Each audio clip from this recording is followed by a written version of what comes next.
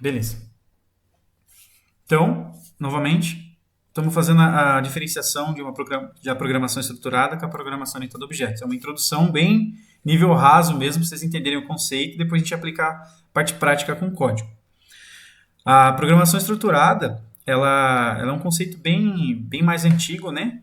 Tudo começou desse jeito. Então, aquilo que você passou, Thales, e a Noemi passaram também, é a programação estruturada. Então, você vai criar uma variável. Dessa variável que você criou, você vai pega um valor que o usuário digitou, depois você vai na linha de baixo, pega novamente o valor que o usuário digitou, na linha de baixo, pega o valor, e assim, depois você vai fazendo operações. Então, sei lá, se a gente está fazendo uma calculadora, eu pego o número um, pego o segundo número, né, e pego a operação que a pessoa quer fazer, soma, subtração, multiplicação, divisão. Depois eu vou lá e crio uma nova variável com o resultado disso. Se eu tiver, por exemplo, criando, Thales, igual a gente já fez, criando uma tela de cadastro de usuário. Se eu estiver criando uma tela de cadastro de usuário, eu vou ter o nome do usuário, vou ter a idade, e-mail, senha, sei lá, se tiver dados de pagamento, número do cartão, coisas assim, eu vou ter lá. Só que se eu pegar esses dados assim de forma separada, eles não fazem muito sentido, entendeu? Eu vou ter lá, por exemplo, um e-mail, então eu vou ter e-mail usuário. Na linha de baixo, eu vou ter nome do usuário. Aí na outra linha de baixo, eu vou ter nome usuário. Na outra linha de baixo, nome do usuário. Acaba ficando uma coisa assim que não é muito prático na nossa vida real, entendeu? Então, qual que é o intuito dessa programação da programação orientada a objetos, a PO? É facilitar o reuso e também facilitar o nosso entendimento das aplicações. Então, a ideia da programação orientada a objetos é você trazer as coisas do mundo real para dentro do código. Como assim? Então, Thales, quando a gente for fazer agora uma tela de usuários, a gente não vai ter lá um campinho tipo assim, let nome usuário é igual a isso, let e-mail do usuário é igual a isso. Não. A partir de agora, a gente vai ter o que a gente chama de classe. O que é uma classe? A classe é a representação de um elemento do mundo real. Como assim? Se eu tenho a classe usuário, então eu tenho várias características. Por exemplo, vamos pensar num cliente, Thales. Quais são as coisas, Noemi, a Noemi já passou por isso. Noemi, quais são as características que um cliente pode ter? Nome, Certo. e-mail, Nome, e-mail, endereço, endereço, RG, RG, sei lá, né, CPF, CPF. dados de pagamento. Beleza. Pode mutar o microfone, Mi. O seu microfone tá dando ruído. Se o meu também tiver, vocês não estiverem ouvindo, vocês só falar. Mas é isso mesmo. Então, essas características que a Noemi falou, Thales, elas são coisas em comum que um usuário tem, que um cliente tem. Entendeu? Outro exemplo. Se eu quero comprar um computador, certo? O computador, ele é um dispositivo, é um equipamento. Então, eu posso ter uma classe chamada equipamento e eu posso ter o tipo desse equipamento. Que tipo de equipamento, por exemplo? Se eu estou falando de computador, o tipo ele pode ser um desktop. Se eu estou falando de computador, o tipo ele pode ser um notebook, entendeu? Se eu estou falando de um computador, o tipo dele pode ser aquele microcomputador que é um Raspberry Pi lá, igual o pessoal chama, né? Tá entendendo, Thales? Mais ou menos? Que a ideia disso é a gente ter uma representação do mundo real. Então, a partir de agora, a gente vai começar a falar das características que nós vemos no mundo real. Então, por exemplo, um móvel. Você está vendo aqui atrás do guarda-roupa, né? Aqui do outro lado tem a mesa. São móveis, certo? Cada um desses móveis tem características em comum. Espera aí.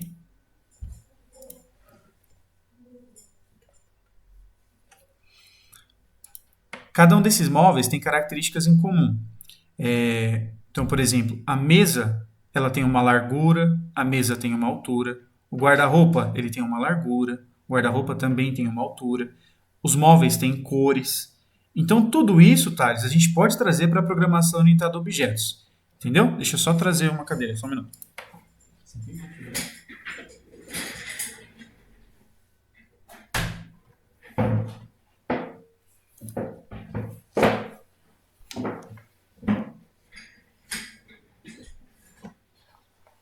Essa aqui é a câmera.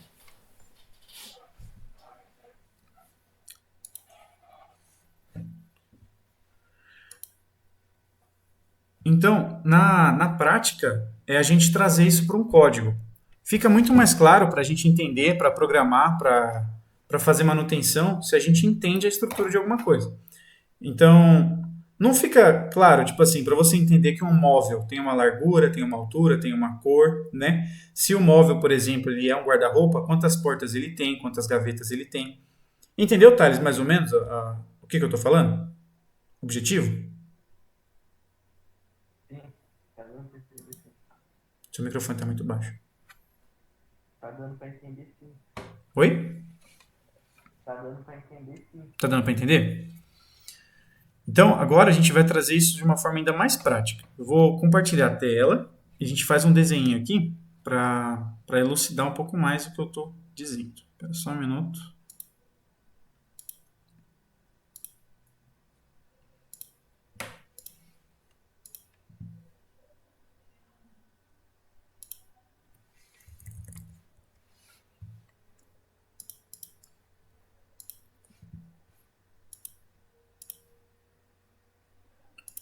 E, e se em qualquer momento não ficar claro o que eu estou dizendo, é só interromper e perguntar. Bom, quando a gente fala de programação orientada a objetos, nós temos algumas estruturas. Por exemplo, como eu falei, né, anteriormente, vamos tratar a estrutura de carro, certo? O que um carro tem em comum com outros carros? Quais são as propriedades, né, as características, não vou nem falar propriedades, mas quais são as características que o carro tem em comum? O carro tem uma cor, o carro tem marca, por exemplo, Volkswagen, Chevrolet, BMW, essas são marcas, certo? Mas cada marca tem o seu modelo.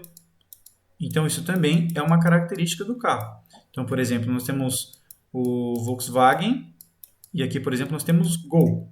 Aí a cor pode ser preta, né, azul, beleza? Essas são as características em comum que o carro tem.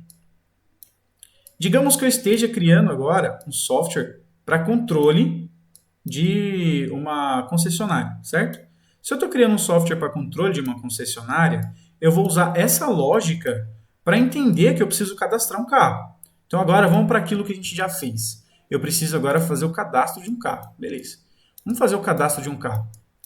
Se a gente estivesse programando do jeito antigo, o que a gente ia ter? Cor, carro, certo? Nós íamos ter marca do carro. Essas propriedades todas aqui, elas iam ficar uma embaixo da outra e a gente ia recebendo isso aqui, depois ia mandar para algum lugar para poder ser salvo.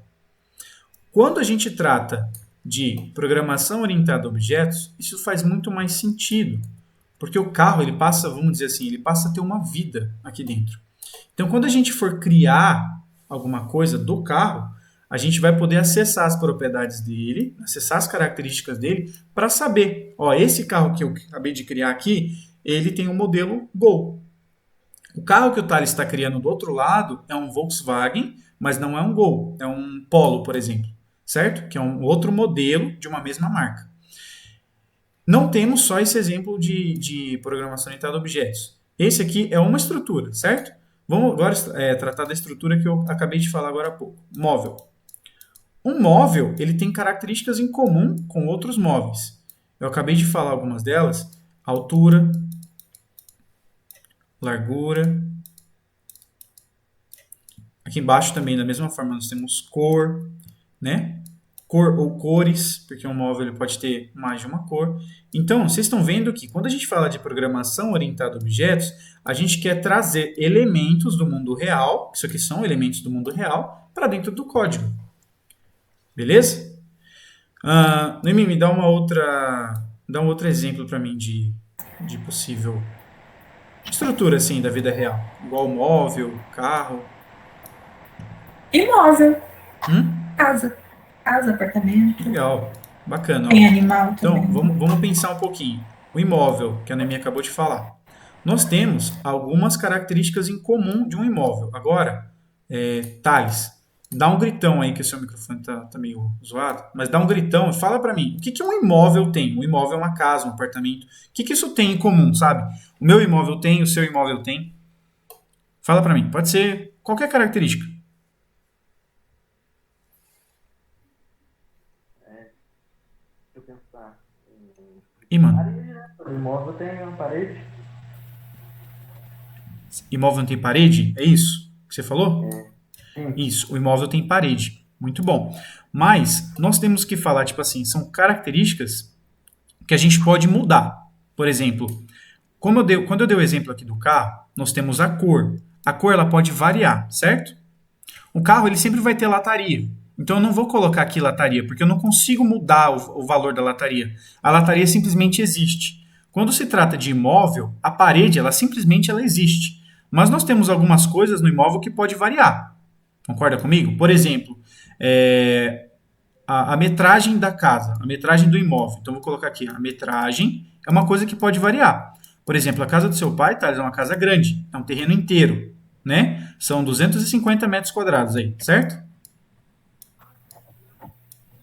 Então, ó, essa é uma propriedade, é uma característica do imóvel que ela pode variar, entendeu? Baseado nisso que eu te falei, dá para mim uma outra característica assim que pode variar dentro de um imóvel, dentro ou fora de um imóvel, né?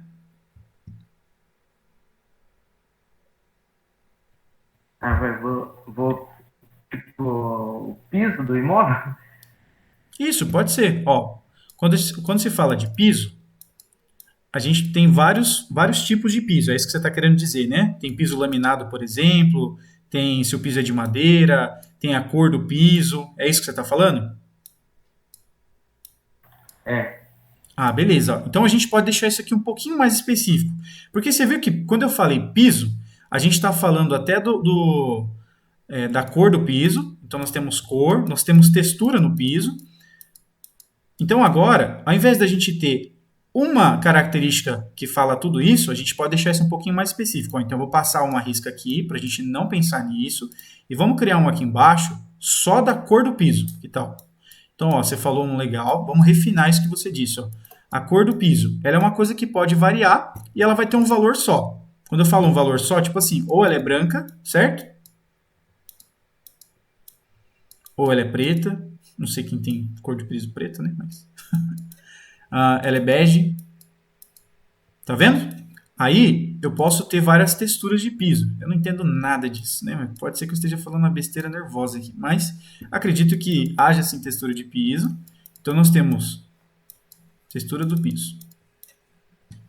Temos textura de piso aqui, sei lá, o laminado, onde ele não chega a ser realmente um piso, né? Mas ele é algo que a gente coloca em cima de um piso que já existia na casa, né? Até onde eu entendo. Então nós temos piso laminado, nós temos, tipo assim, madeira. Tá entendendo, Thales? Que são propriedades, assim, são características do imóvel, mas que eles podem ser mudados. Tá dando para entender? Tá dando para ficar um pouquinho mais claro? Agora eu entendi. Agora você entendeu? Sim. Show de bola, jovem. Pode dar uns gritão aí, não tem problema não. Vamos seguir aqui aquele linkzinho, Thales, que eu passei para você, porque é bom a gente seguir uma base aqui de documentação mesmo, né? Eu fiz isso com a Noemi na última vez e eu vou pegar aqui ó, um da Alura. A Alura é uma plataforma de vários, tem vários cursos lá também e tem cursos lá de programação orientada a objetos e eles fizeram um artigo, né, para falar para deixar mais claro aqui, certo? Deixa eu direto aqui para a parte que nos importa. Esse aqui é um bom exemplo. Ó. Tá vendo que nós temos aqui um car, né, que é um carro, e nós temos aqui vários tipos de objeto. Ó. Nós temos, sei lá, um Polo, tem um Mini, tem um Beetle aqui. Esses aqui são tipos de carro. Aqui embaixo já é um pouco mais sobre código isso, mas eu não quero passar por isso nesse caso aqui por enquanto. Vamos entrar aqui para poder falar de programação orientada a objetos com C#, que foi esse o link que eu te passei, né, Thales? Para você dar uma olhadinha, ó. Então, vamos usar, baseado nessa explicação que eu dei para vocês, vamos dar uma lidinha agora. Então, eu fiz uma introdução para vocês da programação orientada a objetos. Vamos dar uma lida na documentação agora do DevMedia, que é um blog bem confiável de material. A orientação a objetos é uma ponte entre o mundo real e o virtual. Justamente aqui que eu elucidei para vocês, ó. A gente colocou coisas do mundo real, né? Elementos do mundo real, que a gente consegue converter isso aqui para um código. A partir dessa... quando ele fala assim, é uma ponte entre o mundo real e o virtual, tá claro para a gente entender, mesmo que tipo assim, esteja dentro de um computador, então isso aqui está dentro do computador agora, certo? A estrutura de um imóvel está dentro do computador, mas a gente entende que o imóvel tem metragem, tem piso, né? O imóvel também tem um preço, que é uma informação bem importante aqui. Então, vou colocar aqui. O imóvel tem um preço. O móvel tem altura, largura e cor. Então, nós trouxemos aquilo que está no mundo real, que você tem na sua casa, eu tenho na minha. Nós trouxemos isso para o mundo virtual, para ficar claro. Continuando, a partir dessa ideia, né, que eu acho que eu escrevi aqui, é possível transcrever a forma como enxergamos os elementos do mundo real em código-fonte, a fim de nos possibilitar a construção de sistemas complexos baseados em objetos. Então, o que eu acabei de dizer? Ó? Agora, vamos pensar no caso de um cliente. Vamos lá. Vamos dizer, Thales, que você acabou de criar a Netflix, certo? A gente acabou de criar a Netflix juntos aqui. A Netflix, eles têm várias estruturinhas ali dentro. Então, quando você se cadastra, né? Opa, eu acabei de falar que você se cadastra. A primeira coisa que a gente faz lá dentro. Então, o que eles têm lá? Eles têm um cadastro do quê? Em mim? De usuário. Ótimo. Então, eles têm um cadastro de usuário para começar, né? Eles têm alguma outra coisinha lá que a gente assiste. Thales, o que a gente vê dentro da Netflix? Filme, série. Ótimo, filme, série, né? Então, mas todos esses caras, eles têm algo em comum, né? O filme e a série, eles têm algo em comum. Por exemplo, a duração, tem episódio, né? Mas vamos separar aqui essas duas coisas que você falou. Vamos colocar aqui filme e vamos colocar aqui série. Mi, fala para mim, por favor, quais são as características de um usuário dentro da Netflix? Dentro da Netflix, daquilo que você já conhece. Nome, e-mail, uma Certo. senha. Beleza. Então nós temos características aqui já. Nome, e-mail, senha. Você lembra de mais alguma coisa que um usuário tem dentro da Netflix? Telefone também às vezes pede. Beleza, telefone. Tem uma informação muito importante. Sem isso você não Forma de consegue pagamento. assistir. Ótimo, forma de pagamento. Então, vamos colocar aqui forma de pagamento. Vou colocar Pagto aqui, que é pagamento, certo? E nós temos também o plano, porque não é só a forma de pagamento, nós temos o plano daquele usuário. Então, se você paga um pouquinho mais, você tem um plano que te permite assistir, sei lá, em 10 computadores ao mesmo tempo, em 20 celulares. Mas se você tem um plano mais básico, ele te dá menos acessos. Assim funciona, né? Thales, você comentou sobre filmes e séries. Fala para mim agora sobre filme. Quais são as características que você enxerga dentro de um filme? Coisas que podem mudar nesse mesmo esquema aqui do usuário. O tempo, né, que você falou, tipo... Bacana, O duração. assunto do... Ótimo, duração, né? Quando você fala assunto, você fala categoria dele? Categoria, Ótimo, categoria. O que mais que você enxerga que ele tem lá? Ele tem uma coisa importante, classificação. Você não pode ficar assistindo qualquer filme não, tá ali. Classificação, né, de idade. Tem uma coisa que ele tem lá dentro também. Bacana, legal. Agora lá, vamos lá, Thales. Você falou do filme, show de bola. Vamos agora falar das séries. O que você enxerga que tem dentro das séries?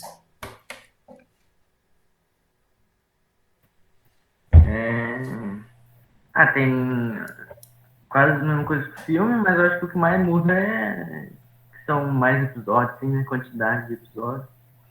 Ah, beleza. Então nós temos aqui episódios, certo? Vamos colocar aqui então, episódios.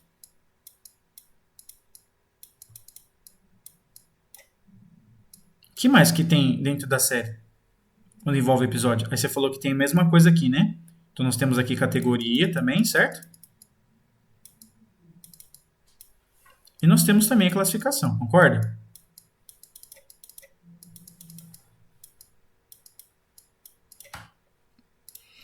Então, o que nós podemos ter de noção já disso aqui? Só que agora, Thales, você tocou num assunto muito legal, que é justamente os episódios. Os episódios, eles também têm coisas bem específicas deles, certo? O que um episódio tem, por exemplo, Thales? Tem a duração, né? Cada um Ótimo, tem muito bom. Então a duração agora, ela já não está mais no nível do filme, que é o primeiro nível. Então agora a série ela tem episódios e cada episódio tem a sua própria duração. Eu concordo. Beleza. O episódio ele guarda também uma coisa muito legal, que é onde você parou. Concorda? O filme também tem isso aqui, onde você parou, que é o tempo, né, que você parou de assistir, você quer continuar daquele mesmo momento, onde parou. E aqui também da mesma forma, onde parou. Tá vendo que a gente, só como usuário, a gente não programou a Netflix, mas só como cliente, como usuário, entendendo o que tem lá dentro, a gente consegue já vir aqui e trazer aquilo que a gente enxerga do mundo real, ou seja, da Netflix real, para dentro dessa estrutura virtual que a gente acabou de criar aqui. Beleza? Só que aqui nós temos várias regras.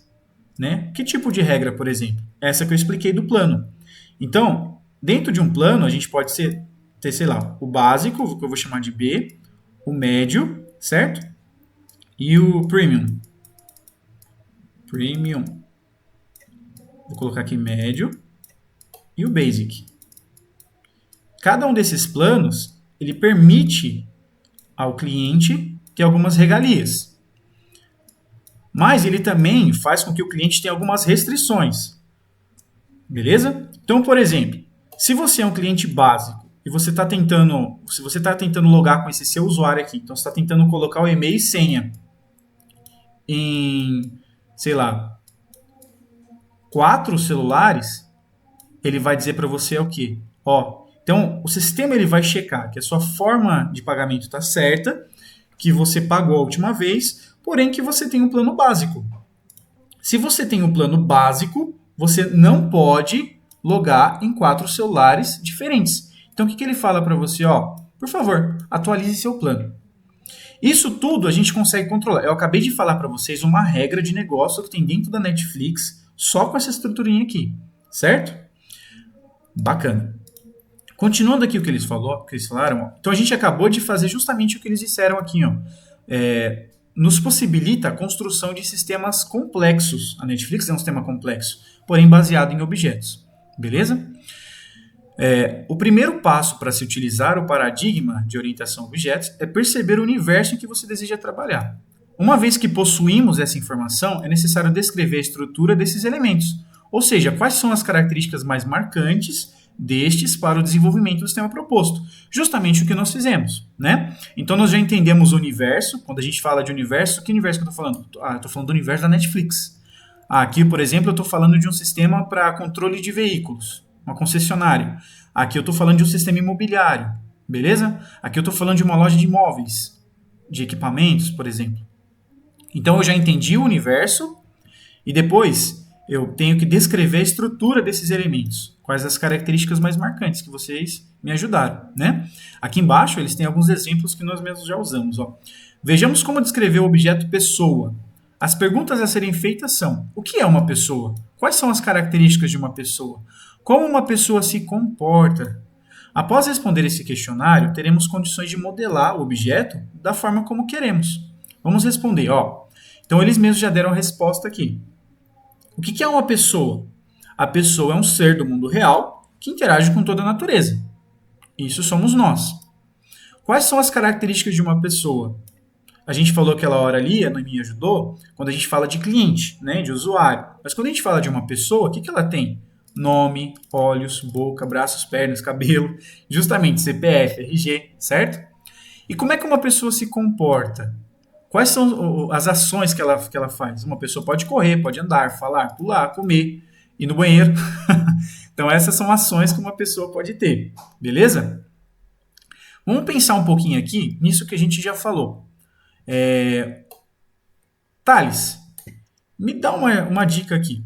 Quando fala de usuário, quais ações que você pode ter dentro do site da Netflix como um usuário? Eu vou falar a primeira. Eu posso fazer login, certo? Então vou escrever aqui, fazer login. O que você acha que um cliente, né, um usuário, igual está escrito aqui, pode fazer dentro da Netflix além de fazer login?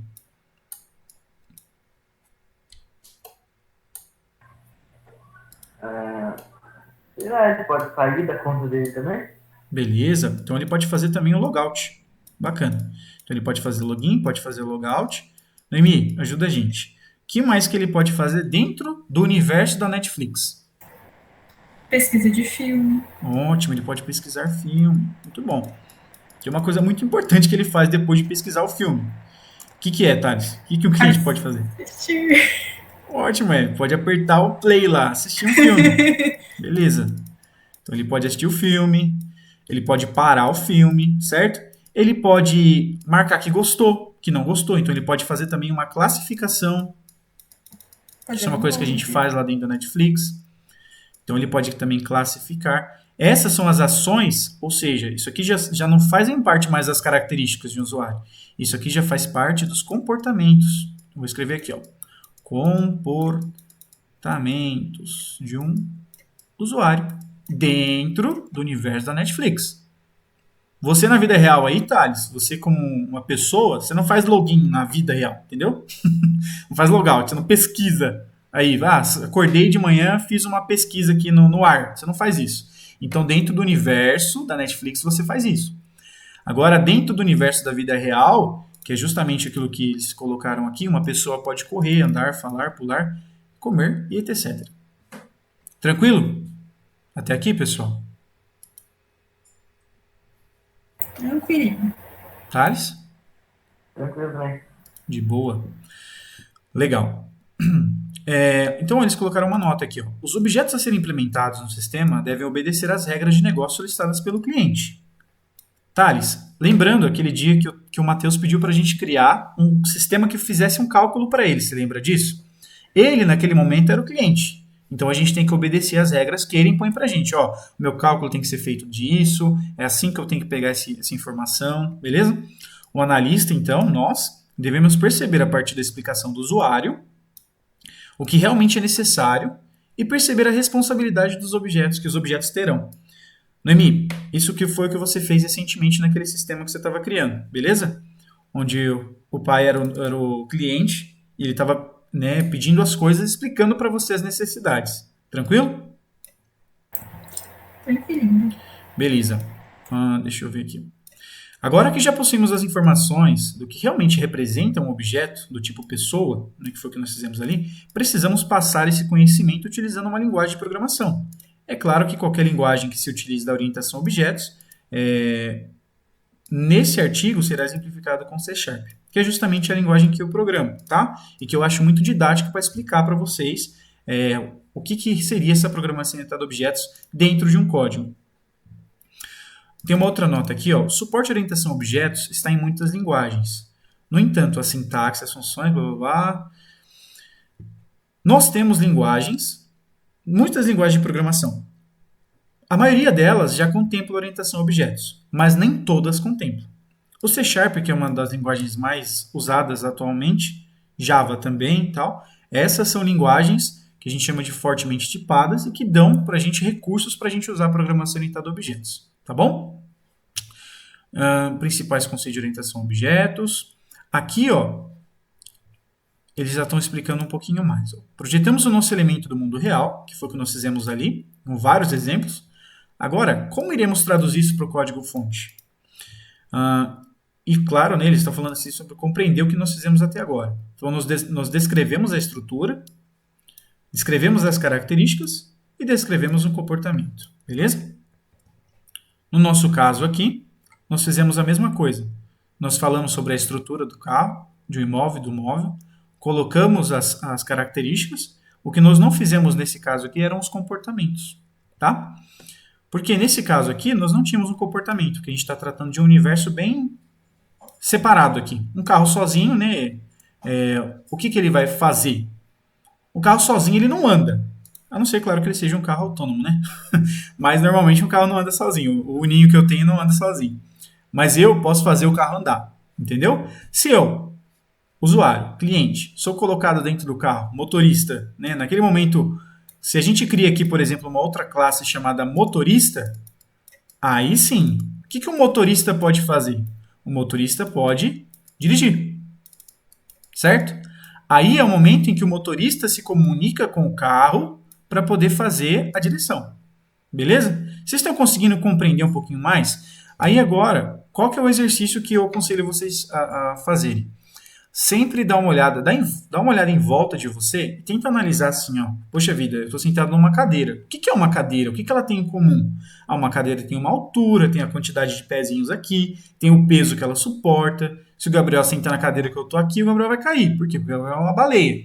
Então, tudo isso são regras que a gente tem, características que a gente tem dentro de elementos do mundo real. Dei o caso da cadeira, mas tem, por exemplo, poxa vida, eu estou dentro de uma casa. Ah, quando eu preciso comprar um notebook, o que eu olho no notebook? O notebook tem várias coisas em comum. Tem a quantidade da memória RAM, quanto que ele tem de HD, se ele usa SSD ou usa um HD normal, né? Mouse, por exemplo. O mouse tem a quantidade de DPIs, o Thales entende muito disso. O mouse tem a quantidade de DPIs, ele tem, por exemplo, as cores, se ele é um mouse USB ou ele é um mouse wireless. Então, dá uma olhada em volta e começa a analisar como é que as coisas são compostas. Se você estivesse criando tudo do zero, o que você colocaria ali naquele momento? Entendeu? Isso é um exercício muito bom para programação orientada a objetos. E beleza, pessoal. Isso é o que eu precisava passar para vocês de introdução à programação orientada a objetos. Aí, a partir da próxima aula com o Thales, eu vou começar a falar um pouquinho mais sobre código e como é que a gente vai aplicar isso dentro do código. Beleza? Mas é basicamente isso. Agora eu vou parar aqui a gravação.